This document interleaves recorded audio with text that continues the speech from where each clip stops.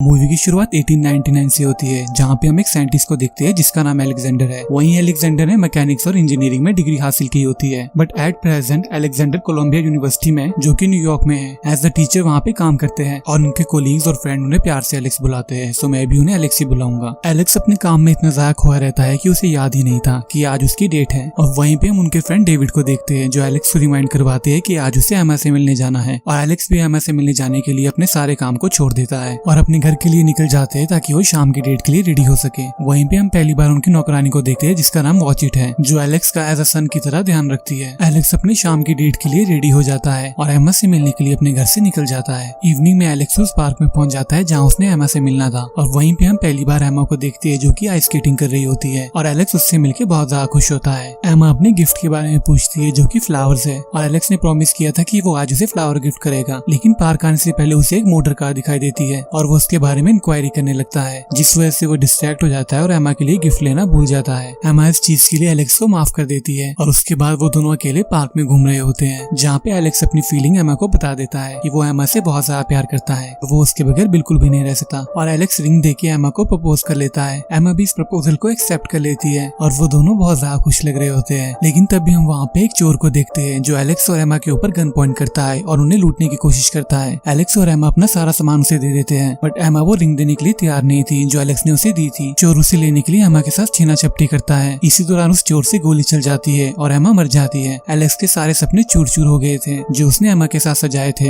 Alex की जिंदगी में सिर्फ एमा ही थी जिससे वो बहुत ज्यादा प्यार करता था। लेकिन एमा के जाने के बाद एलेक्स संकीसा हो गया था। वो 4 साल तक अपने कमरे में रहकर किसी प्रोजेक्ट में ही काम करता रहा। इन दौरान वो अपने घर से कभी भी बाहर नहीं निकला। वहीं उसके फ्रेंड डेविड ने कई बार कोशिश की कि वो एलेक्स से मिले, बट एलेक्स मिलने के लिए उसे हमेशा मना कर देता। डेविड जबरदस्ती एलेक्स से मिलने चला जाता है और एलेक्स के इस पागलपन को देख के वो परेशान हो जाता है, जिसमें वो एलेक्स को समझाने की कोशिश करता है कि जो भी हुआ उसमें तुम्हारी फॉल्ट नहीं थी। बट एलेक्स को ये लगता है कि एमा की मौत उसकी वजह से हुई, क्योंकि अगर ना ही वो एमा को रिंग गिफ्ट करता तो वो चोर उन्हें लूटने की कोशिश नहीं करता। और एलेक्स के मन में यही था कि एमा की मौत उसकी वजह से हुई है। डेविड के समझाने के बाद भी एलेक्स इस चीज को मानने को रेडी नहीं था। डेविड एलेक्स को डिनर के लिए इनवाइट करता है और एलेक्स उसे ये कह के टाल देता है कि वो अगले हफ्ते पक्का डिनर के लिए आएगा। अभी वो अपने प्रोजेक्ट के बहुत ज्यादा करीब है और वो इसे बिल्कुल भी नहीं छोड़ सकता। डेविड उसकी बात को मान लेता है और वहाँ से चला जाता है। वहीं शाम को हम एलेक्स के प्रोजेक्ट को देखते हैं जो कि एक टाइम मशीन है और उसने अपने 4 साल इस मशीन को बनाने में लगा दिए थे। एलेक्स एमा की गिफ्ट की वॉच को अपने साथ ले लेता है और इस टाइम मशीन को स्टार्ट कर देता है जो कि एक्चुअल में वर्क कर रही थी, और पास में पीछे चला जाता है जहाँ पे वो एमा को मिला था। वहीं एलेक्स फिर से पास में एमा से मिलता है और 4 साल बाद फिर से पास में एमा को देख के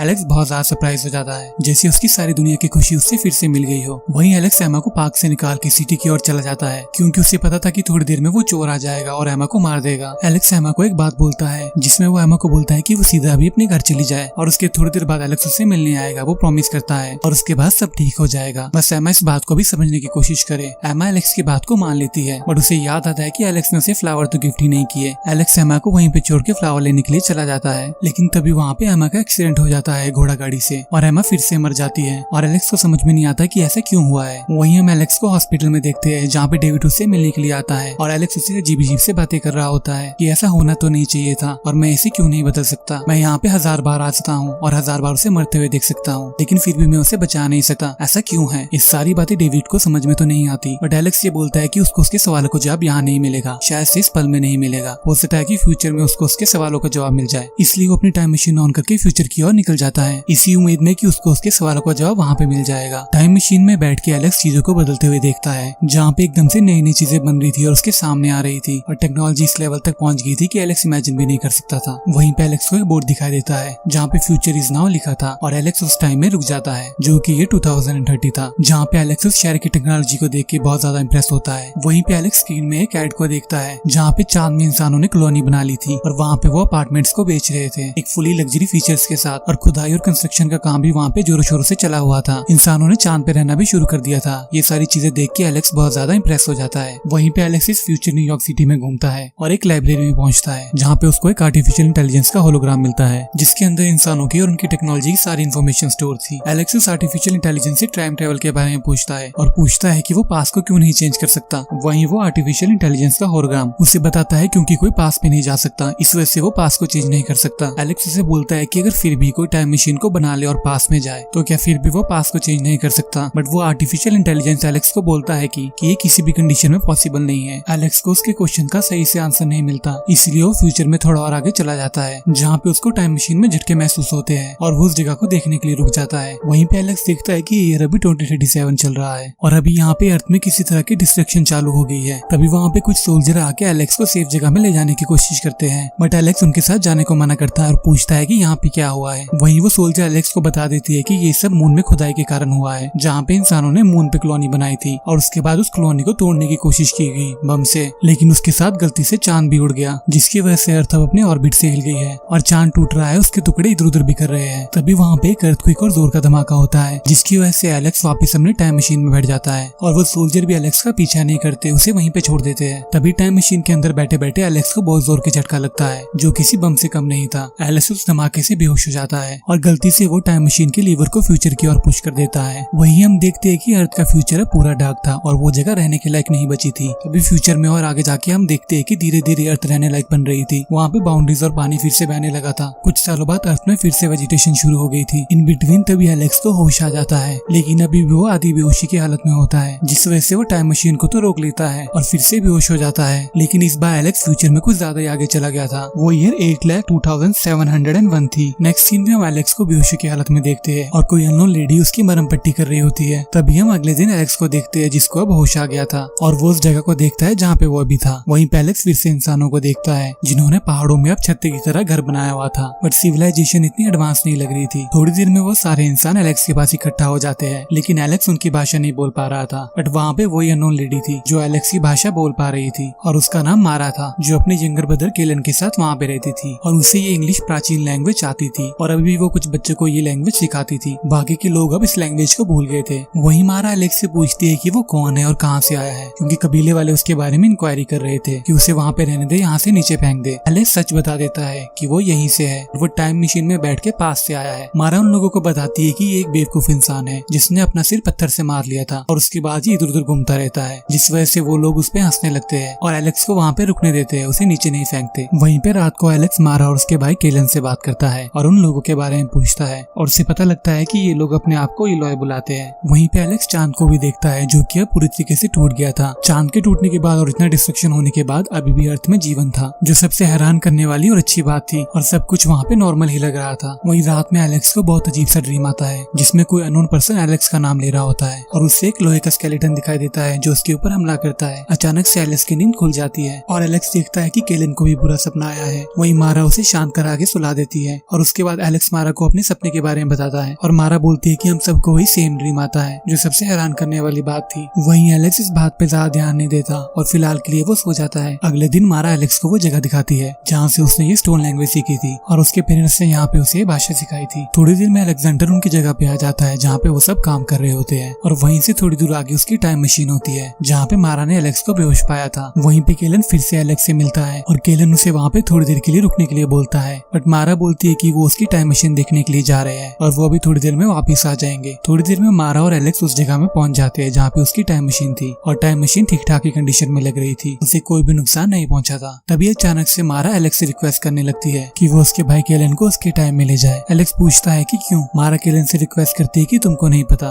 बस मेरे भाई को यहाँ से ले जाओ, मुझसे प्रॉमिस करो। तभी अचानक से वहाँ पे भगदड़ मच जाती है और एलेक्स अपने सामने वहाँ पे अजीब से क्रीचर्स को देखता है जो इंसानों को हंट कर रहे होते हैं, पकड़ के अपने साथ ले जा रहे होते हैं। सब लोग उन क्रीचर से भागने की बहुत कोशिश करते हैं, लेकिन वो क्रीचर्स बहुत स्ट्रॉन्ग थे। वो आधे से ज्यादा ह्यूमंस को पकड़ के अपने साथ ले जाते हैं, जिसमें अनफॉर्चुनेटली मारा भी शामिल थी और एलेक्स मारा को नहीं बचा पाता। वहीं एलेक्स उन क्रीचर के जाने के बाद सबसे पूछता है कि वो कहाँ गए हैं, लेकिन कोई भी उसे कुछ बताने को तैयार नहीं था। एलेक्स उनसे पूछता है कि तुम लोग लड़ते क्यों नहीं, लेकिन वो लोग बोलते हैं कि यही हमारी जिंदगी है, इलॉय की जिंदगी, और जिन लोगों ने लड़ने की कोशिश की थी उनको सबसे पहले पकड़ लिया गया था। तो अब वो ऐसे ही रहते हैं इन क्रीचर्स मोर लोग के साथ। एलेक्स केलन से रिक्वेस्ट करता है क्या उसे इस बारे में पता है कि वो क्रीचर्स कहाँ गए हैं, और बहुत कन्विंस करने के बाद केलब एलेक्स को एक जगह के बारे में बताता है जहाँ पे भूत रहा करते हैं। वहीं एलेक्स और केलब उस जगह में चले जाते हैं जहाँ से भूतों की आवाज आती थी, बट एलेक्स को पता लगता है कि वहाँ पे कोई भूत नहीं, वही आर्टिफिशियल इंटेलिजेंस होलोग्राम था जिससे वो ऑलरेडी पहले मिल चुका था और इतने सालों के बाद भी अभी वो सिस्टम वर्क कर रहा था। एलेक्स उस आर्टिफिशियल होलोग्राम से पूछता है कि इस अर्थ में क्या हो रहा है, और वो आर्टिफिशियल इंटेलिजेंस होलोग्राम एलेक्स को बताता है कि जहाँ पे पहले एक सिंगल स्पीशीज राज किया करती थी वहाँ पे अब 2 स्पीशीज है और ये सब चांद टूटने की वजह से हुआ है। एलेक्स उस आर्टिफिशियल इंटेलिजेंस से उन क्रीचर्स का पता पूछता है जो कि उस होलोग्राम को पता था और उसको एक इंसान ने बताया था जो उनके चुंगल से भाग के उसके पास आया था। वहीं एलेक्स उस जगह में पहुंच जाता है और एलेक्स को याद बताता है कि यही अजीब सी चीज उसने अपने सपने में देखी थी। एलेक्स केलब को वहीं पे छोड़ देता है और अकेले उस केव के अंदर चला जाता है, जहाँ पे एलेक्स देखता है वो सारे क्रीचर्स अपने काम में लगे हुए थे। वहीं पे एलेक्स छुपते छुपाते मारा को ढूंढने की कोशिश करता है और वहाँ पे वो एक पूल में गिर जाता है, जहाँ पे ह्यूमन बींग्स के वेस्ट को फेंका हुआ था, जिसको देख के एलेक्स बहुत ज्यादा डर जाता है। तभी वो क्रीचर एलेक्स को पकड़ लेते हैं और उसको वहाँ ले आते हैं जहाँ पे मारा को रखा हुआ था। एलेक्स मारा से बात करने की कोशिश करती है, लेकिन मारा का ध्यान कहीं और ही होता है। तभी एलेक्स देखता है कि उसके सामने एक और क्रीचर है जो उससे बात कर पा रहा था और वो काफी इंटेलिजेंट लग रहा था। वहीं वो क्रीचर एलेक्स को बताता है कि हम कभी भी ऐसे नहीं दिखते थे। जब चांद टूट गया था और अर्थ में तबाही आ गई थी तो कुछ लोगों ने ऊपर रह के सर्वाइव करने की कोशिश की और कुछ लोग ऐसे थे जो गुफाओं में जाके छुप गए थे अंधेरे में, और कुछ सालों के बाद फिर से हमने रोशनी में जाने की कोशिश की, हम नहीं जा पाए तो हमने अपने आप को इन्हीं गुफाओं में बंद कर लिया और यहीं पे हम अपना पालन पोषण करते रहे। वो क्रीचर एलेक्स को बता देता है कि वो उन क्रीचर्स का राजा है और वो ही सारे क्रीचर्स को कंट्रोल करता है, नहीं तो खाना कब का खत्म हो जाता। एलेक्स बोलता है कि जिसको तुम खाना बोल रहे हो वो ह्यूमन बींग्स है और तुम इसके बारे में कितनी आसानी से बात कर रहे हो, जैसे कि तुम्हें बिल्कुल भी फर्क नहीं पड़ता क्योंकि तुम भी काफी हजार साल पहले ह्यूमन बींग्स ही थे। लेकिन वो क्रीचर बोलता है कि सबका समय आता है और अब हमारा एवोल्यूशन का समय है, तो एलेक्स को इस चीज में इंटरफेयर नहीं करना चाहिए। वहीं वो क्रीचर एलेक्स के थॉट को ही पढ़ सकता था और उसे पता था कि एलेक्स टाइम ट्रेवल करके यहाँ पे आया है और क्या चीज है जो एलेक्स को बहुत परेशान करती है। वहीं वो क्रीचर एलेक्स के सबसे डिफिकल्ट क्वेश्चन का आंसर दे देता है, जिसमें वो एलेक्स को बता देता है कि वो एमा के पास को क्यों नहीं बदल पा रहा, क्योंकि एलेक्स ने टाइम मशीन बनाई ही इसी मोटिव से थी कि वो एमा को बचा पाए। अगर एमा मरती नहीं तो एलेक्स कभी भी टाइम मशीन को नहीं बनाता और एलेक्स पास में जाके एमा को सेव करने की कोशिश करता है, जिसका मतलब ये था कि टाइम मशीन कभी बनी ही नहीं, जो इन दोनों चीजों में कॉन्ट्राडिक्ट कर रही थी। अगर एलेक्स किसी और चीज से मोटिवेशन लेके इस टाइम मशीन को बनाता तो वो एमा के पास को बदल सकता था, लेकिन उसने मशीन बनाई इसी मोटिवेशन से कि वो एमा को बचा पाए, जिसका मतलब ये था कि अगर वो पास में एमा को बचाता है तो टाइम मशीन कभी इन्वेंट ही नहीं हुई। बट एमा के मरने के बाद ही टाइम मशीन इन्वेंट हुई थी, सो एमा को हर कंडीशन में मरना ही पड़ेगा टाइम मशीन को इन्वेंट करने के लिए, और ये एलेक्स की टाइम मशीन ही है उसका खुद का इन्वेंशन, जिसकी वजह से वो एमा को सेव नहीं कर पा रहा था। ये सारी चीजें वो क्रीचर एलेक्स को समझा देता है और उसने एलेक्स की टाइम मशीन को भी अपने पास वहाँ पे रखा था। वहीं वो एलेक्स को वापस उसके टाइम में जाने के लिए बोलता है और इन सारे ह्यूमंस को उनकी कंडीशन में छोड़ने के लिए बोलता है। एलेक्स इस बारे में बहुत सोचता है, जिसमें उसको पता लग गया था कि वो एमा को तो कभी भी नहीं बचा पाएगा, लेकिन मारा को वो बचा सकता है। इसलिए वो इस क्रीचर के साथ फाइट शुरू कर देता है, जिसमें टाइम मशीन ऑन हो जाती है और वो दोनों टाइम मशीन के अंदर लड़ रहे होते हैं। वहीं वो टाइम मशीन फ्यूचर की ओर जा रही होती है और इन बिटवीन एलेक्स पूरी कोशिश करता है कि वो उस क्रीचर को हरा पाए। तभी एलेक्स उस क्रीचर को टाइम मशीन से बाहर फेंक देता है, जिसकी वजह से वो बूढ़ा हो जाता है और मर जाता है। वहीं एलेक्स फ्यूचर में पहुंच कर देखता है कि इंसानों की दुनिया पूरी तरीके से मिट गई थी और चारों तरफ इन मोरलॉक्स का ही घर बना हुआ था, और ये चीज एलेक्स बिल्कुल भी बर्दाश्त नहीं कर सकता था। इसलिए वो मारा के पास वापस जाता है और मारा को उस कैद से छुड़ाता है। उसके बाद वो अपनी टाइम मशीन को फुल पावर में ऑन करता है और उसमें एक घड़ी फंसा देता है, जिसकी वजह से वहाँ पे बहुत ज्यादा रोशनी हो जाती है और ये क्रीचर्स थोड़ी देर के लिए अंधे हो जाते हैं। वहीं इस चीज का फायदा उठा के एलेक्स और मारा वहाँ से भागते हैं और वो क्रीचर्स भी उनका पीछा कर रहे होते हैं। बट फाइनली वो इस गुफा से निकल जाते हैं और ऊपर पहुंच जाते हैं, जहाँ पे थोड़ी देर बाद उस टाइम मशीन में इतने जोर का धमाका होता है जिसकी वजह से उन मोरलॉक की सारी केव टूट जाती है, और वो धमाका किसी आइटम बम से कम नहीं था, जिसमें वो सारे क्रीचर्स मारे जाते हैं और एलेक्स ह्यूमैनिटी को सेव करने में कामयाब हो गया था। टाइम मशीन डिस्ट्रॉय होने के बाद एलेक्स अपने टाइम में वापस तो नहीं जा सकता था, लेकिन यहाँ पे उसे मारा की अच्छी कंपनी मिल गई थी और वो इस आर्टिफिशियल इंटेलिजेंस को भी उस केव से निकाल लेते हैं जो अब बच्चों को पढ़ाने का काम कर रहा था। एलेक्स मारा और उसके भाई को उस जगह में ले जाता है जहाँ पे उसका घर बना था और उनको सारे स्ट्रक्चर और लेआउट के बारे में बता रहा होता है। वहीं दूसरी तरफ हम डेविड और उसकी नौकरानी को देखते हैं जो एलेक्स के बारे में ही बात कर रहे होते हैं, और डेविड बोलता है कि शायद से एलेक्स को ऐसी जगह मिल गई है जिसमें वो खुश है, इसलिए वो वापस नहीं आना चाहता। और इसी के साथ ही मूवी एंड हो जाती है। होप आपको ये स्टोरी पसंद आई होगी, मुझे कमेंट सेक्शन में बताओ। तब तक के लिए good bye and take care.